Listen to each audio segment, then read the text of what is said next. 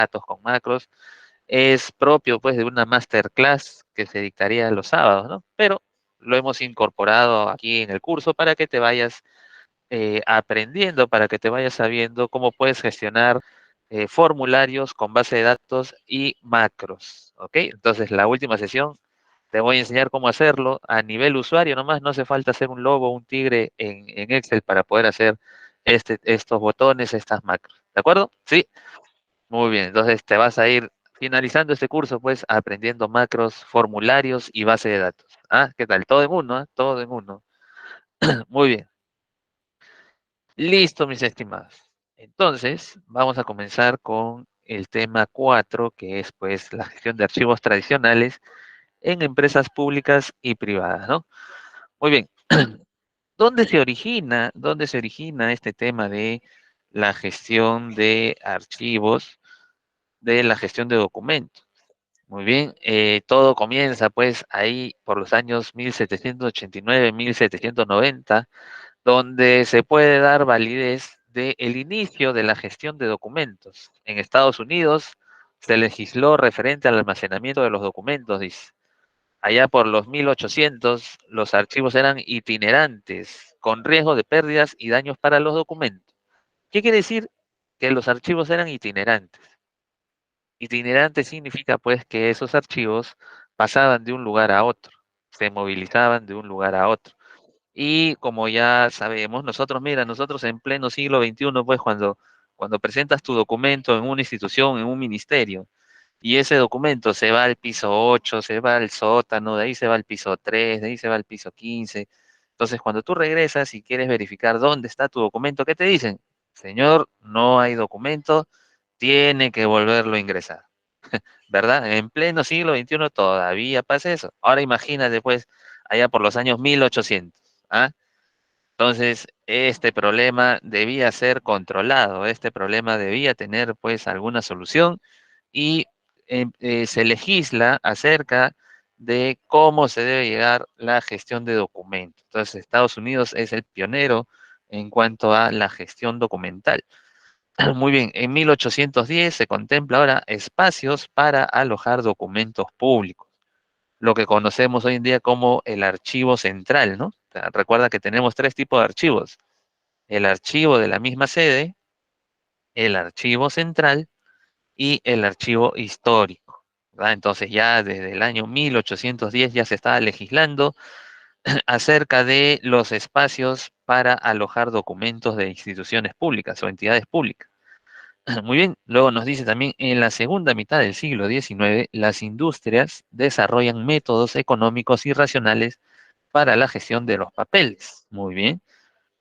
Interés por la creación, utilización y conservación de los documentos. Efectivamente, ¿no? Ya se empieza a darle un peso, un peso en cuanto a la validez de un documento, ¿no? Es decir, qué tan importante es ese documento, cuánto tiempo tenemos que almacenarlo, cómo vamos a clasificarlo según su importancia, ¿no? Y en 1853 se prohíbe la destrucción de los documentos públicos. Así es, se prohíbe la destrucción de los documentos públicos. Hoy por hoy sí existe reglamentaciones acerca de la destrucción de los documentos públicos. Sí existe, claro que sí. Ahora lo vamos a ver en la siguiente sesión, en la sesión número 5, les voy a enseñar toda la normativa que hay vigente relacionado pues a los documentos, es decir, en qué momento hay que almacenarlos, cuánto tiempo hay que almacenarlos, cuál es el procedimiento para eliminar documentos, también cómo hay que trabajar esos documentos, cómo hay que guardarlos, cómo hay que archivarlos. Ahí tenemos toda la normativa que en unos momentos vamos a aprender. Muy bien. Entonces, definimos pues la gestión documental como la planificación, el control, la dirección, la organización, ¿verdad? Mira, tomando como referencia estos 4 puntos, estos primeros 4 puntos: planificación, control, dirección y organización, como las etapas de la administración, ¿no? Las etapas de la administración son 4. ¿Cuáles son? Planificación, organización, dirección y control. Ahí está, justamente. La definición de gestión documental nos habla de aquellas etapas de la administración. la capacitación, la promoción, otras actividades gerenciales relacionadas con la creación de documentos, su mantenimiento, su eliminación, incluyendo el manejo de correspondencia, formulario, directrices, informes, etcétera, etcétera. Entonces, la gestión documental va de la mano con la administración, como nos hemos podido dar cuenta, y es aplicar el método administrativo relacionado a los archivos y a la gestión de documentos, ¿correcto? Entonces, simplemente la gestión documental es aplicar la teoría administrativa en referencia a la gestión de documentos y archivos, ¿correcto? Muy bien. Mira, aparece una institución que se llama el Consejo Internacional de Archivos. ¿Y qué es el Consejo Internacional de Archivos? El Consejo Internacional de Archivos, pues, es una institución que te habla acerca de ciertas normativas que una institución debe seguir para el procedimiento de archivos de documentos, la misma gestión de documentos, el tema de documentos virtuales, el tema de documentos físicos. Entonces, aquí en este Consejo Internacional de Archivos, pues, se encuentran todas aquellas normativas que te permiten ser más eficiente en cuanto a esta gestión de documentos. De igual manera encontramos por ahí algunas normativas ISO, ¿verdad? Unas ISO de calidad, ISO de gestión, en cuanto al tema de los trámites documentarios y la gestión de los archivos.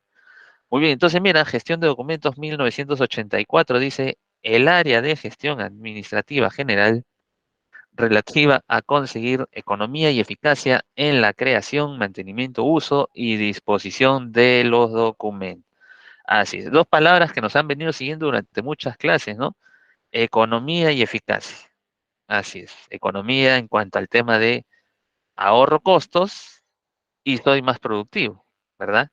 Entonces, eficacia es cumplir con mis objetivos, cumplir con mis metas establecidas, optimizando de mejor manera los recursos que tengo disponibles. Muy bien, el otro dice, hablar de gestión de documentos en sentido estricto es hacerlo partiendo de la referencia que constituye el modelo norteamericano. Así es, entonces, como ya lo mencioné, como ya lo habíamos mencionado, la gestión de archivos, pues justamente aparece a raíz de la legislación que hace Estados Unidos o inicia Estados Unidos allá por los años 1800, ¿no? Y hasta hoy en día hemos venido siguiendo esos modelos. Muy bien. La Declaración Universal de los Archivos, entonces dice, los archivos registran decisiones, acciones y memorias. Constituye un patrimonio único e irreemplazable que se transmite de generación en generación. Los documentos son gestionados desde su origen para preservar su valor y su significado. Son fuentes fiables de información que garantizan la seguridad y la transparencia de las actuaciones administrativas de las organizaciones. El libre acceso a los archivos enriquece nuestro conocimiento de la sociedad, promueve la democracia, protege los derechos de la ciudadanía y mejora la calidad de vida. Por ello se reconoce el carácter esencial de los archivos para garantizar una gestión eficaz, responsable y transparente, dice, para proteger los derechos de la ciudadanía, para el establecimiento de la memoria individual y colectiva, ¿no? A ver, yo les hago una pregunta, hablando justamente de toda esta parte física, todos estos documentos físicos. Antiguamente, antiguamente no existía el internet. Entonces, te estoy hablando ya de los años 90, ¿no? Ni qué decir de los años 80.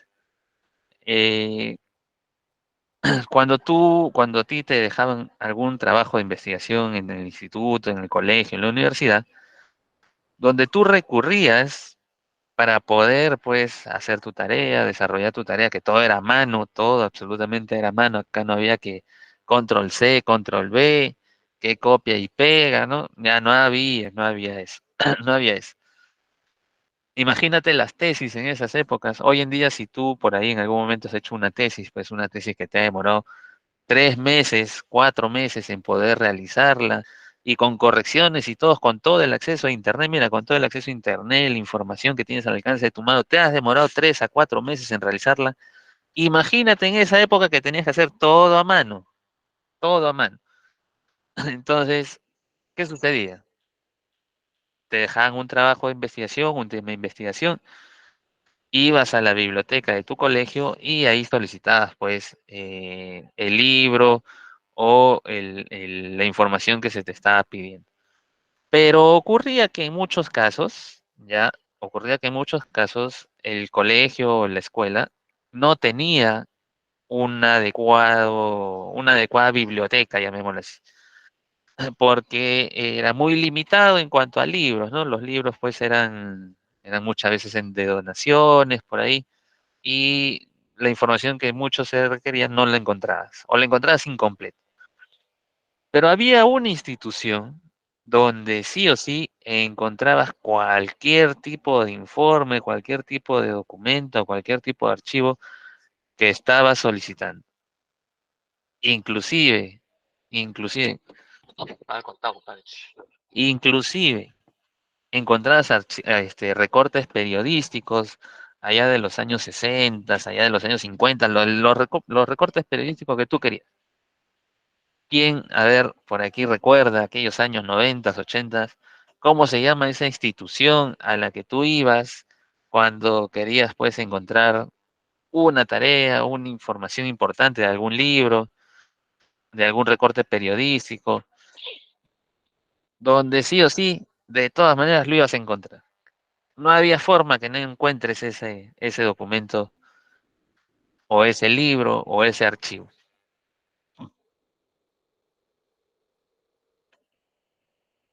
Muy bien. Esa institución, esa entidad se llamaba o se llama la Gran Biblioteca Nacional. Efectivo, ¿no? La Gran Biblioteca Nacional del Perú. Justamente, y se encontraba esa Gran Biblioteca Nacional en la avenida Abancay. Entonces ahí tú ibas, ¿no? Te comías ahí tu pequeño trafiquito de toda la vida, como para que no extrañe, ¿no? Para que no extrañes el tráfico. Si querías, si extrañabas un poco el tráfico, tenías que ir obligatoriamente a la avenida Bancay. Ahí te quedas atracado un ratito y después cuando llegabas a la Biblioteca Nacional, con la cara pues toda negra de tanto humo que caminabas en la calle de la avenida, entonces llegabas a la biblioteca y pedías tu libro y todo lo demás, ¿no? Entonces, la Gran Biblioteca Nacional ya no está en la avenida Bancay, se mudó, ahora se mudó. Y efectivamente, muy bien, estimada Carmen, los municipios, las municipalidades también tenían sus bibliotecas, ¿no? Efectivamente, también tenían su biblioteca. Entonces, con mucha suerte, por ahí encontrabas la información que se te estaba solicitando. Si no lo encontrabas, sí o sí, en la Gran Biblioteca Nacional, ahí sí lo encontrabas, ¿no? Ya está, muy bien. Entonces,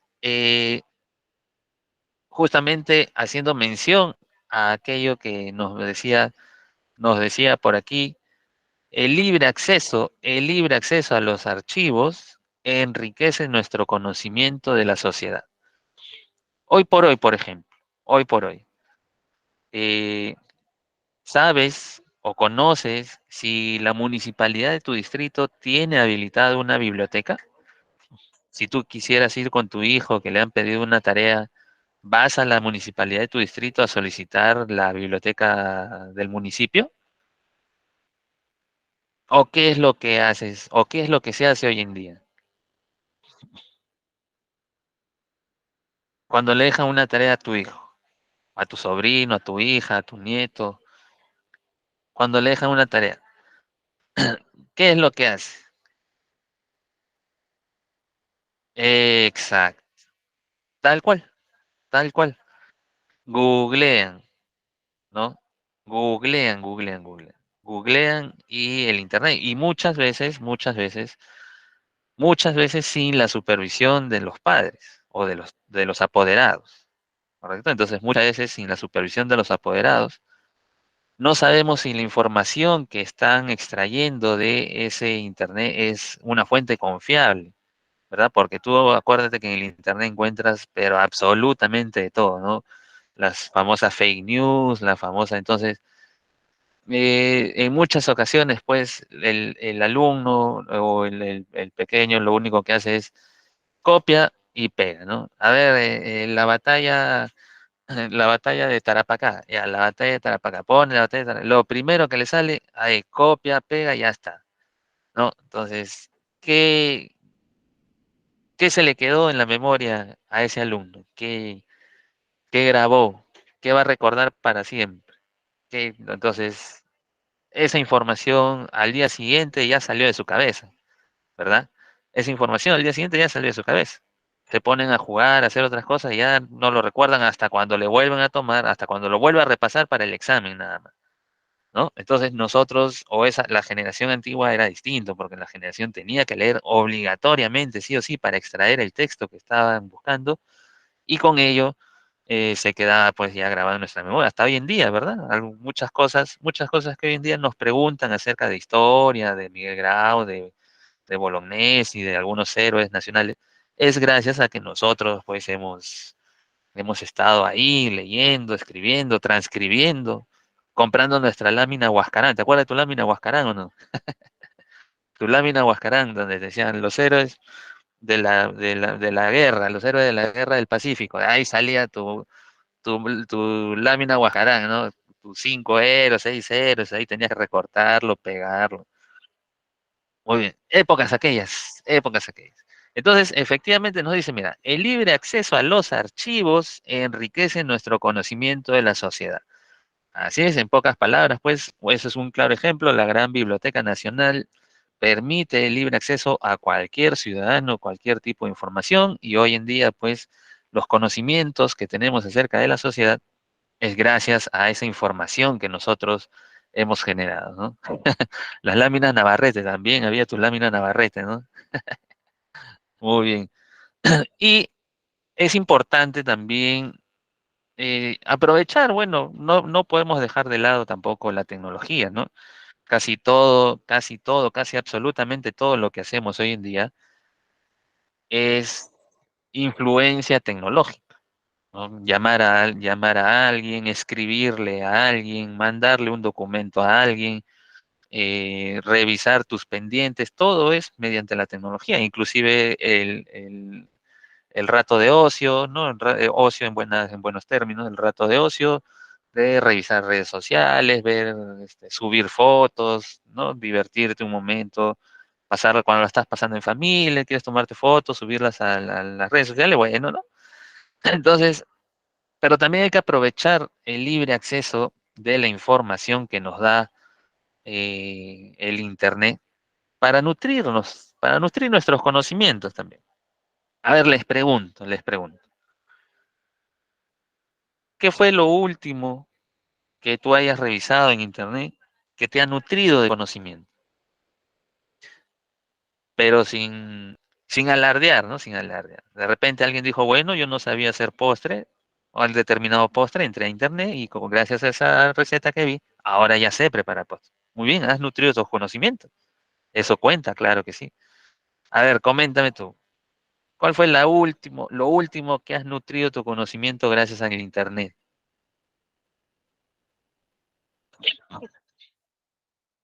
¿Qué es lo último que has revisado en Internet que te ha hecho nutrirte en conocimiento? A aprender cosas nuevas. Aunque esta pregunta me da un poquito de miedo, pero confía en ti, confía en ti. Ahí está. ¿Ve? Se quedaron callados. Ahí está, muy bien, Aileen. Recetas de cocina. Vale, es muy válido, claro que sí. Yo también, yo también debo confesar que en algún momento he aprendido a cocinar gracias a las recetas que veo, tutoriales que he visto pues por internet, por YouTube. Tienen que comer hoy en día ahora mi ají de gallina. Los invito algún día. A ver, por ahí Irma nos dice, he aprendido sobre las ventajas y desventajas de los medicamentos. Muy bien, Irma. Muy bien. A mí me gusta escuchar audiolibros, nos dice Yameli. Muy bien, Yameli. La ley orgánica de municipalidades y manualidades navideñas con materiales reciclados. Muy bien, Laurente Sarabia, muy bien. Listo. Entonces, efectivamente, si vamos a tener tanta información en la palma de nuestras manos. La clase anterior, ¿se acuerdan que le dimos una revisión? ¿Qué es lo que sucede cada minuto en el mundo? ¿Verdad? ¿Qué es lo que sucede cada minuto en el mundo?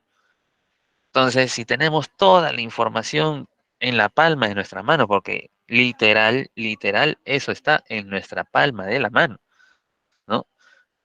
Sentado en el transporte público, mientras esperas tu ticket de atención, mientras estás en el baño de repente, ¿no? Mientras descansas esperando que salga tu hijo del colegio, estás afuera en la puerta, entonces lo tienes ahí en la palma de la mano. Hay que nutrir nuestros conocimientos, hay que investigar, pues, ¿no? Por ahí algunos documentales, algunos audiolibros, no está de más también, muy bien, como por ahí nos mencionaron. Cuando es época de elecciones municipales o presidenciales, te informas acerca de tu candidato, de los candidatos que postulan. Cuando salen las noticias, no, este candidato es de izquierda, ya tú sabes qué significa ser de izquierda. O cuando te dicen este candidato es centro derecha, ya, ¿qué significa que el candidato sea de centro derecha? ¿Sabes lo que significa? ¿Sabes qué ideales tiene con la ideología de centro derecha? ¿No? Entonces, un poquito más siempre no está de más, ¿no? No vayan a ser como esos ciudadanos, pues, que recién en la puerta de la votación, recién en la puerta de votación, le preguntan al que está atrás o adelante, le dicen, ¿por qué van a votar? No sé, creo que el que está primero en las encuestas es tal, ya por ese será, pe. Y votan, pues. Entonces, no sean así, por favor, no sean así, no hay que ser así. Muy bien, bien estimados. Entonces, mira, Eh, para los niveles de implantación de la gestión documental tenemos cuatro niveles, ¿no? Un nivel mínimo, un nivel incrementado, un nivel intermedio y un nivel óptimo. Entendiendo uno de esos procedimientos en cada uno de esos pasos, ¿ya? Eh, Se requiere de forma específica u obligatoria ciertos requisitos. Esto lo vamos a ver ahora, también lo vamos a ver, pero un poquito más adelante. Cuando empezamos a ver las normativas, ahí va a aparecer muy claro, muy conciso cómo es cada uno de estos puntos, cada uno de estos aspectos. Muy bien, esto es muy importante. A raíz de que se genera pues la gestión documental en Estados Unidos, se adiciona una influencia adicional que la tenemos aquí hoy en día, la trabajamos hoy en día, que es la gestión de documentos en Quebec, Canadá. Entonces, ¿qué ocurre con esta gestión de documentos de Canadá? Los principios desarrollados en Estados Unidos, dice, desde la Segunda Guerra Mundial, inspiró experiencias en gestión de documentos administrativos en Quebec, Canadá. Años 70. El calendario de conservación es el instrumento de gestión esencial para los archivos de una organización. Protección de los archivos históricos también. Palabra clave, frase clave. Calendario de conservación. ¿Qué es el calendario de conservación? El calendario de conservación ya es un archivo, es un documento, generalmente puede trabajarse bajo Excel, bajo un archivo de Excel, también un calendario de conservación, mediante el cual se completa la información de todos los documentos que ingresan a la institución y se determina cuánto tiempo va a permanecer en esa entidad para posteriormente pasar al archivo central. ¿Correcto? Entonces, el calendario de conservación te indica cuánto tiempo permanece con vida o con vigencia determinado documento. Inclusive ese calendario de conservación también te dice luego de cuánto tiempo ese documento se puede eliminar. ¿Correcto? Entonces se implementa o se agrega un calendario de conservación a la gestión ya que había establecido Estados Unidos. Muy bien. El otro nos dice, el concepto y la práctica de la gestión documental está bien definida a nivel legislativo y reglamentario. Muy bien. Entonces, la influencia entonces también de lo que es Quebec, Canadá, también forma parte de lo que hoy en día se tramita aquí en nuestro país, ¿no? En nuestro país, no sé qué tanto en la influencia sudamericana, latinoamericana, pero por lo menos aquí en Perú sí se utiliza este calendario de conservación. Muy bien, pasamos.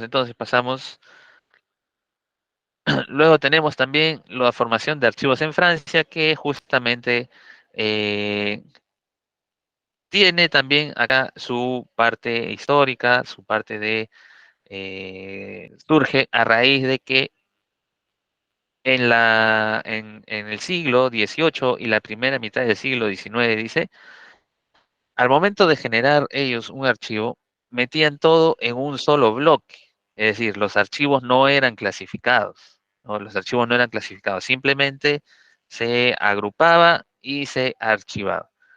Pero ahora cuando se requería pues alguno de estos documentos, ¿no? Cuando se requería alguno de estos documentos, ponte a buscar dentro de todo ese bloque. Suponiendo que querías encontrar una solicitud, entonces buscabas la solicitud dentro del bloque, que también estaban cartas, que también estaban oficios, que también estaban memorándum. Entonces, a ver, encuentra esa solicitud en todo eso. Entonces generaba pues todo un caos, ¿verdad? Entonces, a raíz de ello surge la necesidad de clasificar los documentos al momento de archivarlos, ¿ok? Entonces, acá nos dice la clasificación se basó únicamente en su contenido, según el principio de pertenencia o por materia, pero ya hay una necesidad de que estos archivos no se graben en bloques, no se graben en bloques. Muy bien, listo. Mira lo que ocurre, ¿ah? Hay algo muy importante. Hay algo que se le llama, pues, la famosa trámite eterno. El famoso trámite eterno que hemos pasado absolutamente todos por aquí, ¿ok? Y pues que habla acerca de eh, los problemas que un ciudadano encuentra cuando se acerca a una institución pública y no está concluido el trámite. Mira lo que ocurre aquí. A Domitila Murillo, una ciudadana boliviana de 70 años, le llevó 11 meses renovar su cédula de identidad. 11 meses, 11 meses. ¿Qué pasó? ¿Qué pasó con esta ciudadana boliviana? Mira, estadísticamente hizo un recorrido total de 900 kilómetros. 900 kilómetros, ¿qué quiere decir? Entre ir a su casa, a la institución, ir a otro lado a completar el documento que le estaban solicitando, entre ir por acá, por allá, por esto. En la sumatoria de todo lo que hizo 900 kilómetros, mira, ¿ah? Es prácticamente, pues, es como salir de aquí a un país cercano, ¿no? A ver, tenemos una pregunta, muy bien, Yameli nos pregunta, pero es una consulta. En las municipalidades existen archivos donde están almacenados muchos archivadores desde hace muchos años atrás, de diferentes gestiones. ¿Cuál sería el procedimiento adecuado para poder quemarlo? Muy bien, estimada Yameli, muy bien. Te sugiero, te sugiero que por favor sigas conectada, ¿ya? Porque en unos momentos vamos a acabar con la clase 4, con este tema número 4, y vamos a empezar con el tema número 5. Y en el tema número 5 les voy a enseñar, como les dije, algunas normativas, algunos procedimientos que se debe realizar para eliminar documentos, para archivar documentos, para limpiarlos o darle el mantenimiento adecuado, ¿correcto? Entonces, no te pierdas, por favor, lo que viene, porque ahí voy a responder tu pregunta con normativa en mano. ¿Ya? Con normativa en mano voy a responder cuál es el procedimiento adecuado para eliminación de documentos. ¿Está bien, Yameli? Muy bien. Entonces, este trámite eterno es aquello pues por el cual nosotros también lo hemos sufrido. Y no vamos a decir que no, no vamos a decir que no, ¿verdad? En algún momento nosotros hemos sido víctimas de este trámite eterno, ¿cierto o no? Cuando has ido a la institución y te han dicho, eh, por favor, tiene que regresar la siguiente semana, ¿no? Entonces tú regresas la siguiente semana y te das con la sorpresa de que te dicen, señor, a ese documento que usted le acaba de, que presentó la semana pasada, le hace falta pues un sello de un notario de no sé qué distrito. Entonces te devuelven tu documento y tienes que ir a no sé qué distrito a que ese tal notario te lo selle. Te lo sella, lo vuelves a presentar. ¿Ok? Entonces vas y le dices ya, ahora sí, acá lo tengo. ¿Qué es lo que sucede? ¿Qué es lo que falta? Ahora ya necesito mi trámite. Te dice, señor, ahora falta una firma de tal, no sé, de tal director, de tal gerencia, y tenemos que esperar porque está de viaje, está de comisión y va a regresar para la quincena de enero. Quincena de enero y estamos 10 de diciembre ya. Ok. Entonces esperamos la quincena de enero. Llega la quincena de enero y muchas trabas más.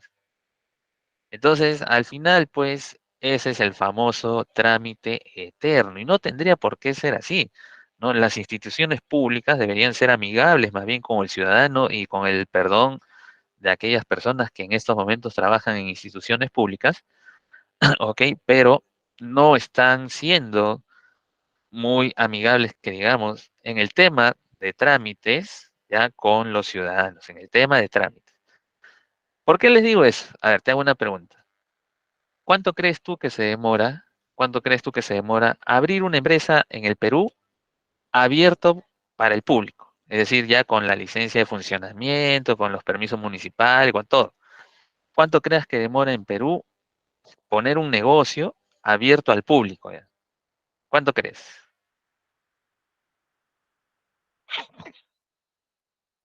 A ver, ayúdenme.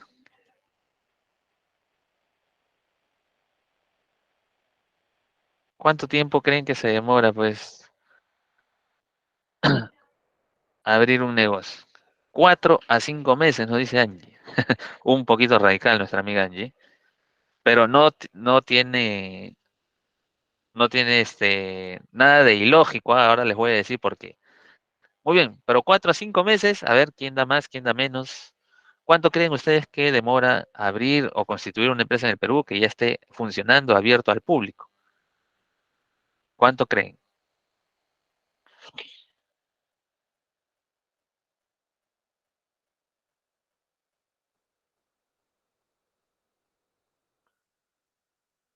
A ver, ¿alguien? ¿Nadie más?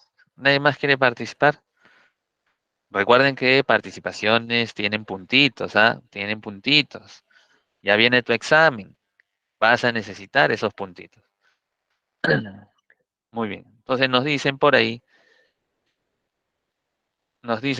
entonces, 2 meses, 15 días, 3 meses, y ahora sí, como dije que tiene puntitos, ahora sí participan todos, ¿no? Ya está. Muy bien. Entonces, sí, efectivamente, pues, efectivamente, abierto al público, sí demora alrededor de 30 a 45 días, por ahí que 2 meses, ya pónganle redondeando el asunto, efectivamente, eso es lo que demora, ¿correcto? Pero ¿qué es lo que pasa? ¿Por qué? ¿Por qué sucede? ¿Por qué tanto? En Chile, por ejemplo, en Chile ya tienes abierto al público tu empresa en 72 horas, 72 a 96 horas, ¿no? En Europa, en 48 horas, tu negocio ya está abierto al público para funcionando abierto al público, ¿no? ¿Y esto por qué? ¿Esto a qué se debe? ¿Por qué nosotros tendríamos que tener 40 días, 50 días, 2 meses para poder tener un negocio abierto al público, ¿no? Entonces lo que ocurre pues es justamente este tema burocrático, ¿no? O sea, es estar yendo las instituciones que te piden uno que otro documento, muchas veces innecesario, muchas veces innecesario y no tendría por qué ser así, ¿no? Tendría que ser pues muy rápido, muy práctico. Muy bien, por ahí nos dice, si no hay algún conocido, no se conoce, hay pues demora también este trámite. Ahora, este trámite puede demorar mucho más de 40 días, 45 días, si es que el permiso que está solicitando depende de un ministerio, ¿no? ¿Qué pasa si, por ejemplo, tú quieres poner un policlínico, ¿no? Tú dices, muy bien, en mi barrio no hay policlínicos, voy a poner un policlínico para ayudar a toda la gente en mi barrio. Ya, muy bien. Pero ¿qué ocurre con ese policlínico? Ese policlínico, pues, necesita primero que cumpla con la normativa que te exige el Ministerio de Salud, el MINSA, ¿ok? Y el MINSA te da, pues, algunos parámetros, ¿no? Por ejemplo, que el área de medicina general tiene que medir 6 metros por 3, que tienes que tener determinados implementos, un botiquín con determinadas medicinas, unas pesas, una balanza, no, una camilla y no sé qué otras cositas más para que funcione. Pero eh, de igual manera en laboratorio, ¿no? En el área de laboratorio tiene que tener pues unas herramientas para muestreo de sangre, rayos X, no sé qué otras cosas más. Entonces tienes que cumplir con esa normativa. Cuando cumples con la normativa, te acercas al ministerio y le solicitas pues una inspección o una aprobación de que todo está ok, porque tu policlínico no funciona si el Ministerio de Salud no te da el ok, y tienes que programar una visita de la parte del ministerio. Ahora, desde que presentas tu oficio y te lo devuelven porque hay errores, lo vuelves a subsanar los errores, te dicen ya, muy bien, falta la visita. ¿Cuánto tiempo pasa para que vayan a visitar tu policlínico? Ahí ya se demoró por lo menos un mes y medio. Llega la visita. ¿Y qué pasa si tienes observaciones? Porque tienes que volver a subsanar, tienes que romper esta pared, tienes que volver a hacer otro. Ahí pasa un mes, mes y medio más. ¿En cuánto tiempo abres tu negocio? 3 a 4 meses. Entonces, ¿por qué? No, ¿por qué tendría que ser así? ¿O por qué tiene que ser así? No debería ser así. Ahí hay un tema burocrático, hay un tema político ya que se debe ajustar. Pues no, ya lamentablemente escapa de nuestras manos, lamentablemente escapa de nuestras manos, pero siempre hay que tenerlo en claro, ¿no? Que no tendría por qué ser así, no tendría por qué ser así. Muy bien, listo. Ahora, mira, vamos a ver algunos estadísticas. ¿Cuáles son los problemas con estos trámites? Dice, horas necesarias para completar un trámite por país. Horas necesarias para completar un trámite por país, teniendo pues como referencia la parte de la gestión ya documental, ¿no? En Bolivia y en Perú, mira, en Bolivia y en Perú parecen hermanos, ya muy hermanos son Bolivia y Perú ya. Hasta en las eliminatorias comparten pues el último y el penúltimo lugar, ¿no? Ya está, todo quieren hacer junto a Bolivia y Perú. ¿Qué ocurre? Este, se necesitan, mira, para completar un trámite se necesitan 11.3 horas en Bolivia, 8.6 en Perú en promedio. Pero mira, por ejemplo, Chile. Mira, por ejemplo, Chile, mira Costa Rica, El Salvador, Uruguay. Necesitan solo 2.2 horas, necesitan 3.1, 3.2 horas para poder completar un trámite. Mira lo que nos pide, lo que nos dicen por acá. Porcentaje de trámites que requirieron 3 interacciones o más para su resolución. ¿Qué quiere decir 3 interacciones o más para su resolución? Ese tema de que tiene que ir al piso 3 para que le pongan un sello, de ahí tiene que ir al piso 1 para que le pongan una numeración, de ahí tiene que ir al piso 15 para... Ya, esas interacciones. Entonces, porcentaje de trámites que requirieron 3 o más interacciones para su resolución. Mira, El Salvador tiene muy bajo el porcentaje. Mientras más bajo sea el porcentaje, significa que es más eficiente en ese aspecto, ¿no? Entonces, El Salvador dice, de todo su 100% de trámites que hace la población, solo el 15% requiere 3 o más interacciones. De igual manera, Chile, mira, Chile, del 100% de trámites que se genera en sus instituciones públicas, solo el 16% de esos trámites requieren 3 o más interacciones. El otro también te dice Uruguay y Argentina, de todo su 100%, 18, 19%, solo requiere 3 o más interacciones. Muy bien, pero, pero, en el último lugar, Perú, Bolivia, como siempre, hermanos para todos, ¿no? Perú, Bolivia.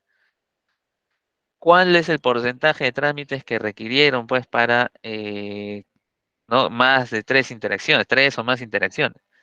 41% en ambos casos. 41% en ambos casos. ¿Qué quiere decir esto? Quiere decir que casi. casi la mitad de todos sus trámites en instituciones públicas tienen que pasar por más de 3 interacciones, por más de 3 manos para su resolución. ¿Ven? Ahí nos damos cuenta, pues, el nivel de burocracia que hay, ¿no? Por eso es que se demora tanto. No hay un adecuado sistema de gestión documental. Engloba todo, no estamos hablando solamente de ministerios. Institución pública también es, pues, registros públicos, SUNAT, municipalidades, gobiernos regionales, ¿no? Entonces, cualquier trámite que tú quieres hacer en estas instituciones, el 41%, o sea, casi la mitad tiene que pasar tu papel, tu documento tiene que ir por más de 3 manos, en pocas palabras. Entonces, no debería ser así. Hay temas que ajustar, hay temas que reducir, pero como les dije, les mencioné, ese aspecto ya escapa de nuestras manos, porque ese aspecto es un aspecto político, ¿no? Es un aspecto de gestión. ¿Qué pasó?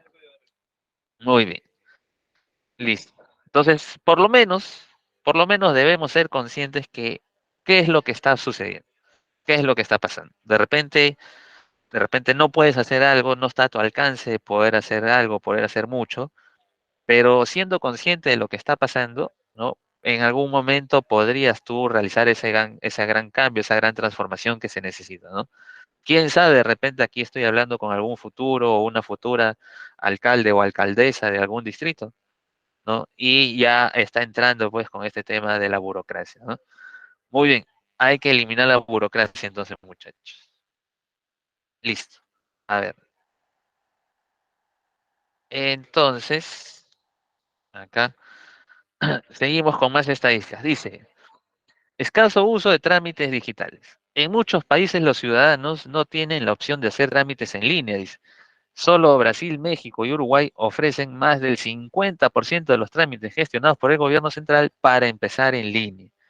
Ok, entonces este gráfico que tenemos aquí es un gráfico que muestra los trámites que se pueden iniciar en línea, los trámites que se pueden iniciar en línea y los trámites que se pueden culminar o completar en línea. Es decir, yo puedo ingresar un documento físico y ya posteriormente puedo terminarlo virtualmente, ¿no? De forma virtual. Ya no es necesario que me acerque a la misma institución para tener el documento que necesito. Eso quiere decir. Entonces, la barra azul significa los trámites que yo puedo iniciar en línea y la barra ploma, los que yo puedo terminar o puedo culminarlos en línea sin necesidad de acercarme a la misma entidad a recoger ese documento. Me llega virtualmente. Muy bien. Entonces, ¿quién está ganando en este aspecto? Y en algún momento lo vimos en alguna encuesta, ¿verdad? Como el primer lugar, ¿quién era? Uruguay, el país más digitalizado de Sudamérica. ¿Qué tiene Uruguay? Mira, el 100% de sus trámites, el 100% de sus trámites se pueden iniciar en línea. El 100%. Eso implica que con cualquier entidad que tú quieras trabajar o quieras tramitar algo en Uruguay, puedes iniciar ese trámite mediante online, mediante su página web o la red. El 100% de las instituciones de Uruguay permite que se inicie el trámite de forma virtual. Eso es en pocas palabras. México, 88.8% de sus trámites pueden iniciarse en forma virtual. ¿No? Brasil, el 75% de sus trámites pueden iniciarse de forma virtual. Perú, ¿dónde está Perú? Acá lo vemos a Perú. Perú, solo el 15% de sus trámites, solo el 15% de los trámites en Perú se puede iniciar de forma virtual. Eso quiere decir, estimados, pero como bien los mencioné, no es total culpa del Estado en este aspecto. También hay que ser abogado del diablo, hay que ser abogado del diablo. No es culpa del Estado en su totalidad que esta situación ocurra. No sé si en algún momento les mencioné que pues muchas personas no inician su trámite en línea con las instituciones, no es porque la institución no lo tenga, porque la institución sí permite ahora ya que generen el trámite virtual. El problema es la accesibilidad, la accesibilidad. ¿Cuál es el problema de la accesibilidad? Que justamente por el mismo territorio, pues, peruano, ¿no? Tenemos poblados que para llegar a ese poblado tenemos que atravesar toda una carretera en serpentín, y ese serpentín, tú miras al costado y ¿qué es lo que tienes? Tienes un precipicio de 800 metros, ¿no? Entonces, solo pasa un auto a la vez por ese camino, entonces es pura trocha y llegas al poblado. Y cuando llegas a ese poblado, ¿qué te encuentras? Que no hay servicio eléctrico, no hay servicio de agua potable. Entonces, imagínate llevar a ese poblado, pues postes, cables, red, antenas. Entonces, el acceso en muchas ocasiones es imposible o muy difícil, ¿no? Si a las justas pasó tu carrito, con media llanta al borde del precipicio, imagínate llevar todo lo que se necesita para que el poblado tenga, pues, energía eléctrica, internet, antenas. Entonces, por tal motivo, influye también en el resultado, ¿no? Muy bien. Pero eso no quita también que hay ineficiencia en el Estado, ¿no? Eso no quita que hay ineficiencia en el Estado, porque con lo que sí se puede realizar no está ocurriendo de forma eficiente. En la misma pandemia nomás. En la misma pandemia cuando nos encerraron a todos durante 50 días, ¿cómo era tu internet? ¿Te acuerdas o no? ¿Cómo era tu internet cuando te hacían trabajar remoto? Ya, tú decías, ya, caballero, todos encerrados, pero todos van a trabajar desde sus casas. Ya, bacán. Pero ¿cómo era tu internet? ¿Funcionaba a total velocidad? ¿Era cañón tu internet? A ver, ¿cómo era su internet? ¿Se acuerdan o no? Cuando estaban encerrados ahí en la pandemia. ¿Estabas de lo más feliz con tu internet o renegabas? Te metías tu renegada ahí con los internet.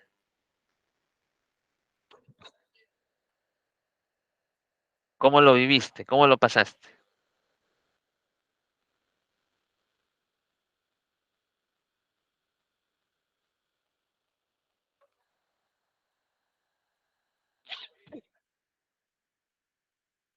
Recordando, pues, haciendo memoria, era extremadamente lento, ¿no? Casi no cargaban las plataformas, efectivamente, ¿no? Ese internet, ese internet de la época de la pandemia era, pero catastrófico, terrible. Y ahí justamente fue un gran medidor de la capacidad que tiene el gobierno, ya, para proveer los servicios básicos, servicios necesarios para su población, ¿no? Entonces, en otros países hay internet mucho más avanzados, ¿no? Entonces, hay la gestión de instalación de antenas y todo lo demás. Y aquí, si bien es cierto, antes de la pandemia nuestro internet era pues aceptable, ¿no? Podemos decir que era un internet aceptable. Y digo aceptable porque en algunos casos, algunas empresas también estás trabajando en lo más bacán y uy, se fue el internet, ¿no? ¿Te ha pasado o no te ha pasado? Estabas ahí de lo más bacán en tu empresa, todo sin pandemia, estabas bacán ahí en tu empresa y hoy no hay internet. Hoy día no hay internet, va a llegar en una hora que bueno, por eso decía que era aceptable. Tenía sus momentos, tenía sus chispazos que no funcionaba, pero bueno. Pero la pandemia demostró que efectivamente, pues, estamos muy, muy, muy atrasados en cuanto a servicios para la población. Cuando toda la población necesita de verdaderamente este servicio, colapsa. Igual en las comunicaciones, ¿no? De los teléfonos. Cuando ocurre algún sismo, alguna catástrofe, cuando ocurre algún siniestro y quieres, pues, llamar a un familiar, no puedes hacer llamadas. La red no calza, la red no ocupa para que todos puedan casar. Entonces, ahí recién te das cuenta cuando efectivamente hay una verdadera emergencia, estamos pues incomunicados, ¿no? Estamos incomunicados prácticamente. No sé si se acuerdan cuándo fue la última vez que todos quisieron utilizar sus teléfonos. Me parece que fue en el año 2007 cuando ocurrió el terremoto en Pisco. No sé si estaban todavía algunos por aquí. Estaban muy niños, no sé si se acordarán, o algunos que ya somos adultos, lo recordaremos. Eh, En el año 2007 ocurrió un terremoto en Pisco. Y mira tú, cuando querías comunicarte con tu familiar, su madre. Aileen es de Chincha, uy, Aileen, ¿cómo habrá sentido ese terrible terremoto, no? Entonces, Como les decía, el problema era cuando querías comunicarte con tu familiar. Entonces tú estabas en la calle, ya habían los celulares, pero a ver, intenta llamar a tu madre que estaba sola en casa, intenta llamar a tus abuelos que estaban solos en casa, o a tu familiar que estaba cuidando a tu bebito de 3 meses en casa. A ver, comunícate con esa persona. Entonces no había nada, no había ni señal, no había mensaje, no había llamada, no había absolutamente nada. Tenías que ir a los teléfonos públicos que estaban ahí en las esquinas. ¿Te acuerdas los teléfonos públicos que eran en las esquinas que metías un sol, ¿no? O te comprabas tu tarjeta 147, ¿te acuerdas o no? Te daba 3 minutos, 3 soles 5 minutos, ¿no? 5 soles 10 minutos. Esa tarjeta con la que afanabas a tu pareja, ¿no? Le decías, yo te llamo, no te preocupes, te llamo, en esa época no había celular, pues, ¿no? Yo te llamo a tu teléfono público, le decía. Entonces llamabas rogando que no conteste el suegro o la suegra, ¿no? Rogando, o sea, estate atenta a las 4, estate atenta alrededor de las 4 porque esa hora te voy a llamar. ¿Ah? Y entonces ya la otra persona te esperaba a las 4 ahí bien sentadita al costado del mueble esperando que suene el teléfono de la casa, ¿no? Y ahí te gastabas pues tus 5 minutazos con tus 3 soles gracias a tu tarjeta 147. Muy bien. Pero a lo que iba es que tenías que ubicar alguno de estos teléfonos para poder llamar al teléfono de la casa, ya no a los celulares, porque los celulares colapsaron en su totalidad. Inclusive estos teléfonos de la casa también había problemas, o sea, con mucha suerte entraba tu llamada. Y ahí es donde te das cuenta, ahí es donde te das cuenta que los servicios que provee, pues, o te brinda el Estado, no eran los más adecuados, ¿no? Entonces, la velocidad del Internet, por ejemplo, la velocidad del Internet y la calidad de la señal depende, sí, del Estado, depende del Estado. Ya la gestión de antenas y todo lo demás, las líneas, esos ya son las empresas privadas, ¿no? Pero, por ejemplo, los contratos de la gestión de redes, de todo eso, lo hace el Estado. Y ahí, pues, nos dimos cuenta que nos falta mucho todavía. Hoy por hoy, todo el mundo dice, ¿no? Ya los videntes, los programas de televisión, hasta el mismo jefe de Defensa Civil, no sé qué cosa salió a decir. En cualquier momento va a ocurrir el terremoto de 8.8 grados en Lima. En cualquier momento ocurre, dijo. Ya no falta, no falta mucho. En cualquier momento va a ocurrir. Así que duerman con ropa, que la mochila de emergencia. Cuando ocurra ese suceso en Lima, con tsunami, inclusive dijeron, ¿no? No te quisieron alarmar, no te quisieron alarmar, pero dijeron que va a haber un terremoto de 9 grados con tsunami, ¿ok? Pero no te quisieron alarmar. Eh, y cuando ocurre ese suceso, ¿qué crees que va a pasar con la comunicación? Ahí sí es sálvese quien pueda porque no va a haber red, no va a haber señal, no va a haber nada, nada, nada. Ruega, ruega a todos los santos que te agarre con todos tus familiares en casa o en algún lugar para que ya no tengas esa preocupación, no esa ansiedad de saber cómo estará mi familiar y no poder comunicarte. Ese es el problema, ¿no? Muy bien, ya está. Ahora, a ver, vamos a reducirle acá. Ya está, ya está. Listo, entonces, mira, también nosotros vamos a poder ver en cuanto a la estructura del sistema de gestión de documentos, está la influencia de normativas ISO. Normativas ISO. ¿Y qué son las normativas ISO? Pues son aquellas normativas que te permiten, a manera de guía, a manera de parámetros, cómo debería ser adecuadamente la gestión de documentos, ¿no? Entonces, por ejemplo, alguna ISO que te puede servir es la 30300, que te menciona pues la terminología para toda la serie de normas, objetivos y beneficios de un sistema de gestión. O la 30301 donde especifica, dice, los requisitos para implementar un sistema de gestión para los documentos, ¿no? Una norma certificable. Ahí está. Y los principios que ya ustedes saben se deben seguir siempre. enfocados con la parte administrativa, con la teoría administrativa, es el liderazgo, la transparencia, apertura de datos, integración, seguridad, ecoeficiencia y mejora continua. ¿Correcto?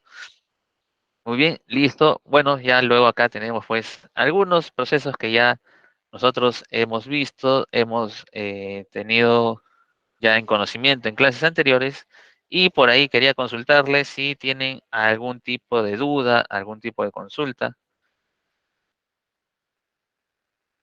¿Tienen alguna duda por ahí? Algo que aclarar de repente.